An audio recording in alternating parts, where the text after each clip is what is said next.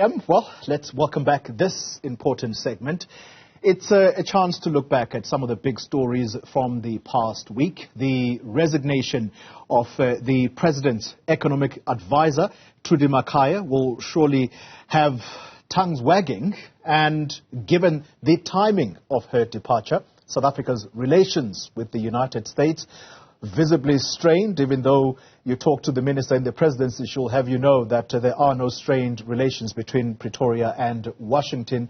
This on the back of the ambassador accusing Pretoria of supplying arms to Russia, and then the dreaded higher stages of load shedding as talks of a possible grid collapse gains momentum. Let's speak now to Sunday Times columnist and former editor of the Financial Mail, including Business Day, Peter Bruce. Thank you very much for your time.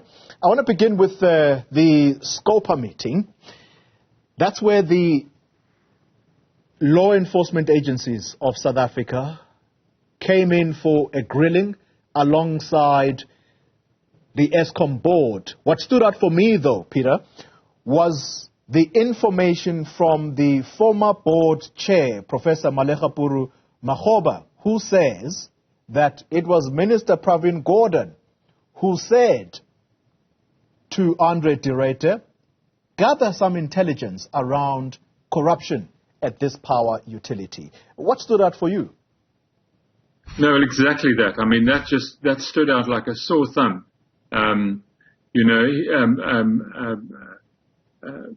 Prof was interim chairman of Eskom after for almost 2 years, almost 3 years, during which, he had to carry a very small board because it was much depleted, and he was, I think it toughened him up, quite honestly. I mean, he's had a very colourful career, but to come out and say flatly like that yes, de Ruyter did talk to him, and Pravin Gordhan did tell de Ruyter to do what you just said he did, was it was just so powerful, and it cuts a sway through all of the other nonsense and obfuscation that you get from other ministers and the ANC and everybody else involved with Eskom. He told the truth, pretty easy, turned out.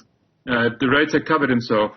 Not so much in glory, but he certainly covered himself legally as far as his duty to report what was going on at Eskom was concerned. I've no doubt about that. He would have had legal advice the whole way. Yeah, and the primary reason why the professor, I think, stole the show, Peter Bruce, is that, as you say, firstly, he told the truth, but also importantly, he pointed out that law enforcement was simply lackadaisical about the corruption that is endemic at Eskom. Let's throw forward. Minister Pravin Gordhan is going to come up for his turn at that meeting or at that committee. Do you think he is going to stand up and corroborate what Professor Malekapuru Makgoba has said, or he's going to turn against Andre de Ruyter? In between the two. He'll fudge it. He'll neither confirm or deny. He said, yeah, he said something like that. I can't quite remember what he said or whatever it was. Or I might have said something to that effect. He might have taken it this way. I didn't mean it that way. You'll never pin down Pravin Gordhan on anything. That's just the way this government, and I'm afraid the party, works. And they're in trouble. They're in such trouble that they can't tell the truth, and they've got an election now probably less than a year out. Yeah. So there's no way you're going to get any of them saying, yeah, we've really made a real mess, sorry. They're going to try and blather their way out of it and hope that something comes along, an event that gets them out of the dwang, as it were. Let's then focus the attention a little bit on Eskom and the impact it is having, not just on the economy, but the actual daily lives of people. You already have protests that have erupted in Mpumalanga. In Soweto, we're told that there were scenes of violence overnight, people blockading roads. Yeah. I'm raising that because yesterday I had a conversation with Magda Wyszecka. This is an established businesswoman who is not afraid to call a spade a spade. And she had these words to say about not just the state of our economy, but the Ramaphosa administration. And I'd want to gather your thoughts, or to get your thoughts after what she has said. Let's just take a listen quickly. What we are now being forced to accept is no longer a poor government, it's an incompetent one. It's no longer about creating jobs, it's actually about actively destroying those jobs, but not being able to manage the economy. We're no longer talking about supporting business. We are talking about, again, via load shedding, sabotaging businesses, and not big business. It's the SMEs that you must worry about. And again, not about flatlining the economy. We are now talking about actually killing the economy. And it's this inability to deal with the infrastructure, the corruption involved, the incompetency on display. So, my issue is, how can we even talk about South Africa being a non-failed state? Those are very strong words. She is convinced that South Africa is a failed state, at least from an economic standpoint. The U.S. ambassador coming out in the manner in which it did yesterday, is that going to lend some credibility to what Magda is saying here? Well, to an extent it will, I mean, so the U.S. ambassador didn't just say that, because it came into his head. He would have cleared his remarks with the U.S. Secretary of State, who would have probably told the president what was going to happen.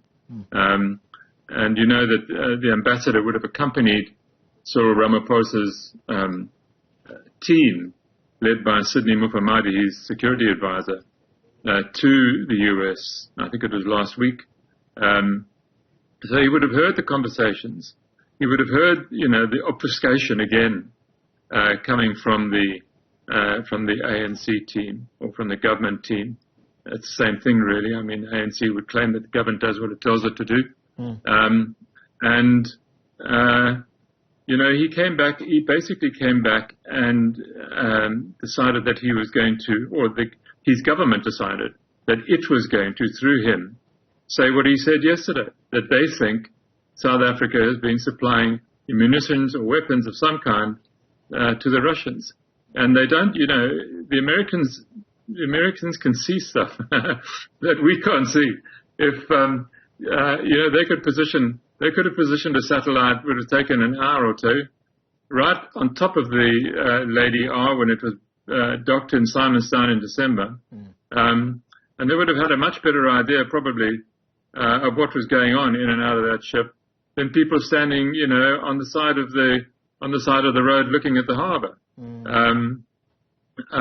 They really are incredibly well informed. What I'm not sure quite what it might have been that we could have been equipping the Russians with. We make weapons in this country, and we make a lot of ammunition for rifles and machine guns and cannons. But we only make, and this is provable, there's only the facility here to make artillery and shells and bullets that fit NATO weapons. And the Russians employ, the Warsaw Pact used to employ, and still do, the Russians still do, an entirely different size of shell and bullet. So it's going to be very interesting to see what the evidence is. And I think the Americans are actually obliged to tell us what the evidence is. One discounts the South African government saying, well, we'll look into it. They've had 6 months to look into it. If they don't know what happened now, they never will. And what poor judge is going to learn any more than they already do. But that's a very Cyril Ramaphosa response. It's a way of kicking a can down the road. But if the Americans really have some evidence, I think they're obliged now to tell us what it is. Exactly. And that's where I want to end this conversation, Peter Bruce, because I had an interesting conversation this morning with Minister in the Presidency, Khumbudzo Ntshabeni, who says that, to the contrary, it was South Africa which received a consignment of weapons from Russia in December. And where it gets interesting, though, is that when I ask her the question, is it necessary then, if we are clear that we have done no such, as in given Russia weapons, she says, well, in case you are right, this is in reference to America, in case you are right, this is why we have decided that we are going to institute this investigation. That, for me, says two things. One, this possibly has happened, but it possibly happened illegally, which then talks to the lax in the security arrangements, Peter Bruce, because we know where our intelligence has been, at least for the last decade, fast asleep. No, this could all have been a private operation. What we are pretty sure of is that weapons and ammunition were offloaded and taken up to a large storage facility near in Limpopo. There's a big military base near the air base there, whose name I momentarily forget. And the vehicles were easily tracked to that facility. What happened, though, was that a lot of those vehicles, these were containers, and the containers were put on a trailer and then taken off. But containers were also returned to the ship, and stuff was offloaded from containers into the ship. It could have been anything from, well, we don't know. I mean, it could have been food, for all we know. But if the Americans think they know, and the ambassador is prepared to bet his life on it, he's got to give us a little bit more than what he did yesterday. It sounded to me what we have to take seriously is that it was said at all. Yeah. That was said in anger. The Americans are very annoyed. I don't know whether it means they're going to kick us off a goa and do all sorts of things. Walking away from South Africa as a strategic partner is still a big deal, and partly because of where we are, but partly because of the potential for South Africa to be a really important partner to democracies around the world. At the moment, it is partnering despotic governments in China and in Russia particularly. No good will come of it. They think they're going to get a new currency and all sorts of wild ideas like that. But I can't see the Americans basically saying, okay, well, we're going to forget about South Africa and we'll try another African country. South Africa is worth fighting for if you're in the West, and this is not over yet. Interesting times indeed. Peter Bruce, let's leave it there. Thank you very much for your time. A Sunday Times columnist and former editor of the Financial Mail and Business Day. All right, let's take a break. That's a wrap of the stories, or at least the big topics of the week.